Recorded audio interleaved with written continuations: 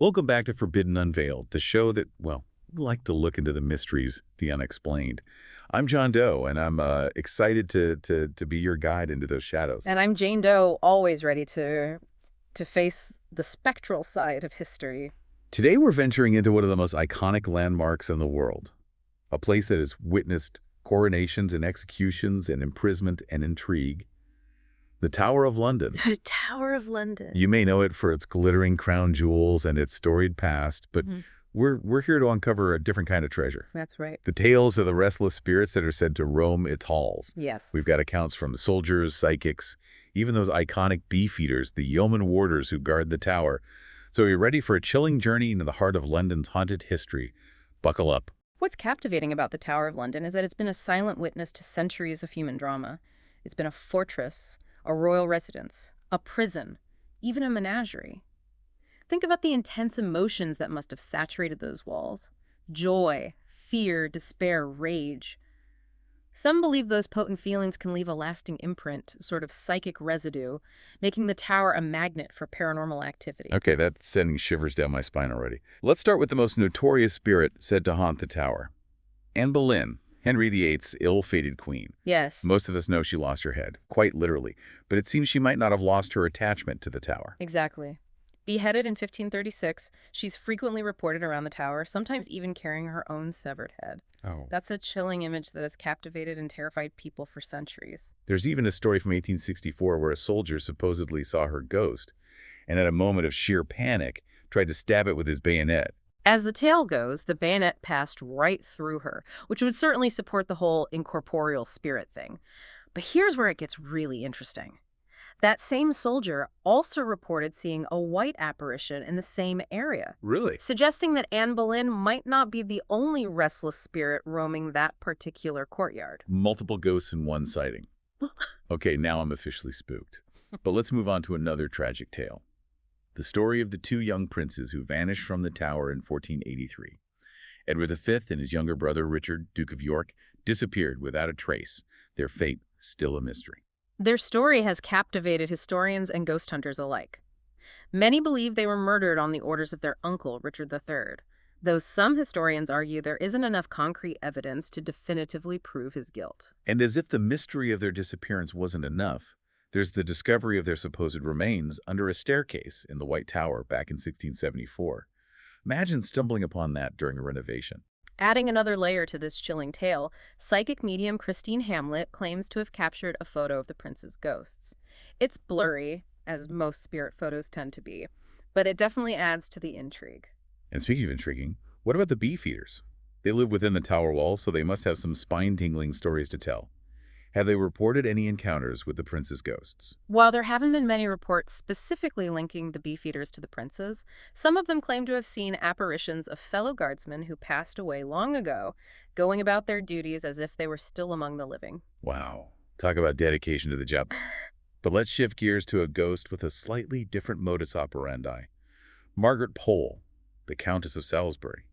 Her execution in 1541 was reportedly so brutal that her screams are said to still echo through the tower. Her death was particularly gruesome, even by tower standards. Some say her ghost can be seen fleeing from a phantom axeman on Tower Green, forever reliving those final, terrifying moments. And it seems she's not the only one whose tragic end continues to reverberate through the centuries. What about Lady Jane Grey, the 9 Days Queen? Her story is one of those that really tug at the heartstrings. Poor Lady Jane, just 16 years old when she was executed, her ghost is said to wander the tower, looking forlorn and pale, a haunting reminder of her stolen youth and the cruel hand of fate. It's fascinating how these stories intertwine with the tower's history, blending fact and legend. You mentioned earlier that the tower was once home to a menagerie, which brings us to a slightly more unexpected spectral resident. What can you tell us about the phantom bear that's said to haunt the grounds? Ah, yes, the ghostly bear. It might sound like something out of a whimsical fairy tale, but the accounts of its appearances are quite chilling. Imagine yourself a guard on duty patrolling the tower's shadowy ramparts, and suddenly you're confronted by a growling spectral bear. I think I'd run for the nearest turret. One account even claims that a guard was so terrified by the ghostly bear that he died of fright. It's a stark reminder that even though we might chuckle at some of these stories, they were very real and frightening experiences for the people involved. Definitely gives a whole new meaning to the phrase scared to death. But speaking of fear, let's talk about Joseph Jacobs, a German spy who was executed at the tower in 1941. What can you tell us about his lingering presence? Well, he's set to haunt the grounds, trying to hide from his executioners, which, given the circumstances, is somewhat understandable. And here's a truly spine-tingling detail. The chair he sat in during his execution, riddled with bullet holes, is still on display at the tower. Wow. I can't imagine the kind of energy that chair must hold. It's like a tangible link to a very dark moment in history. Sure. And speaking of tangible links to the past, what about the yeoman warders, the beefeaters? They're not just ceremonial guards. They actually live within the tower walls along with their families. They must have a unique perspective on the tower's haunted reputation. Absolutely. Living in such close proximity to the tower's history, it's no surprise that the beefeaters have accumulated a wealth of ghost stories. They often speak of encountering apparitions of former guardsmen, sometimes even hearing their footsteps echoing through the corridors long after they've passed on. It's almost as if they're carrying on their duties in the afterlife, watching over the tower for eternity. But aside from the beefeaters, who else might be sensitive to these ghostly presences? What about women, for instance? Interestingly, there's a ghost known as the Grey Lady who's said to haunt the Queen's house, and she's reportedly only seen by women. Not much is known about her identity, but she's described as a shadowy thug dressed in gray, often seen gliding through the halls. A female-only ghost. Now that's intriguing. Maybe she's trying to communicate something to the women who visit the tower, a message from beyond the veil. But shifting from shadowy figures to disembodied sounds you mentioned earlier, that Guy Fawkes screams are said to be heard echoing from the council chamber in the White Tower, that's pretty chilling. Guy Fawkes was, of course, the infamous plotter behind the Gunpowder Plot of 1605, an attempt to blow up the Houses of Parliament. Perhaps his spirit is still reliving those final moments before his execution.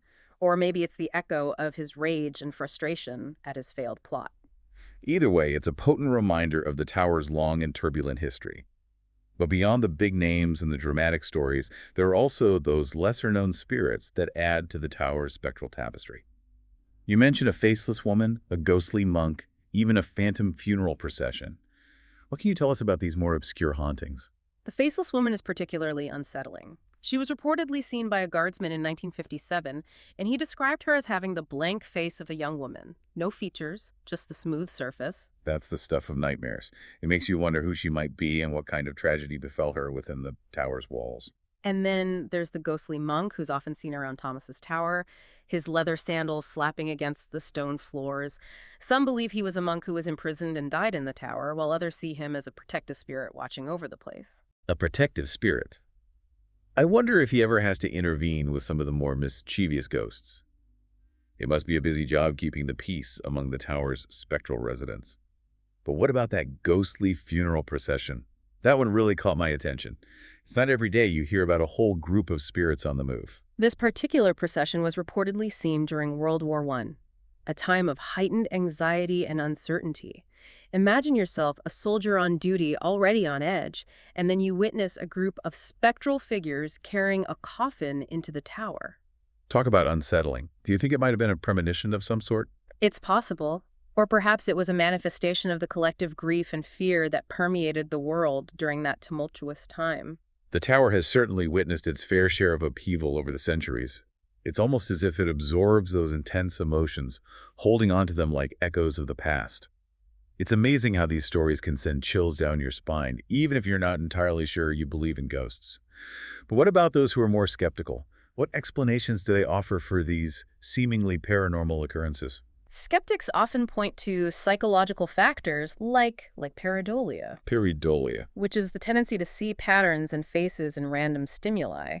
Think about those times you've seen a face in a cloud or a figure in the shadows. Yeah. It's our brains trying to make sense of the world around us. So you're saying that some of these ghost sightings might just be our imaginations running wild, especially in a place as dimly lit and historically charged as the tower. Exactly. The power of suggestion can be incredibly strong, especially when you're in a place steeped in tales of hauntings and tragedy. You're already primed to interpret sights and sounds in a spooky way. And let's not forget the historical context. Knowing that people were imprisoned, tortured, and executed within the tower's walls, it's only natural to feel a sense of unease and to attribute that unease to something supernatural. Absolutely. But here's what I find fascinating. Even if we can explain some of these encounters through psychology or environmental factors, there are still those stories that defy easy explanation. The ones that make you pause and wonder if there might be something more at play, something beyond our current understanding. Like that lingering scent of perfume associated with the White Lady. You mentioned earlier that some people report smelling her fragrance, even though there's no logical source. That's one of those details that really pique my curiosity. Is it a residual scent somehow imprinted on the environment, or is it something more ethereal, a manifestation of her spiritual presence? It's those little details, the ones that can't be easily dismissed, that keep the mystery alive.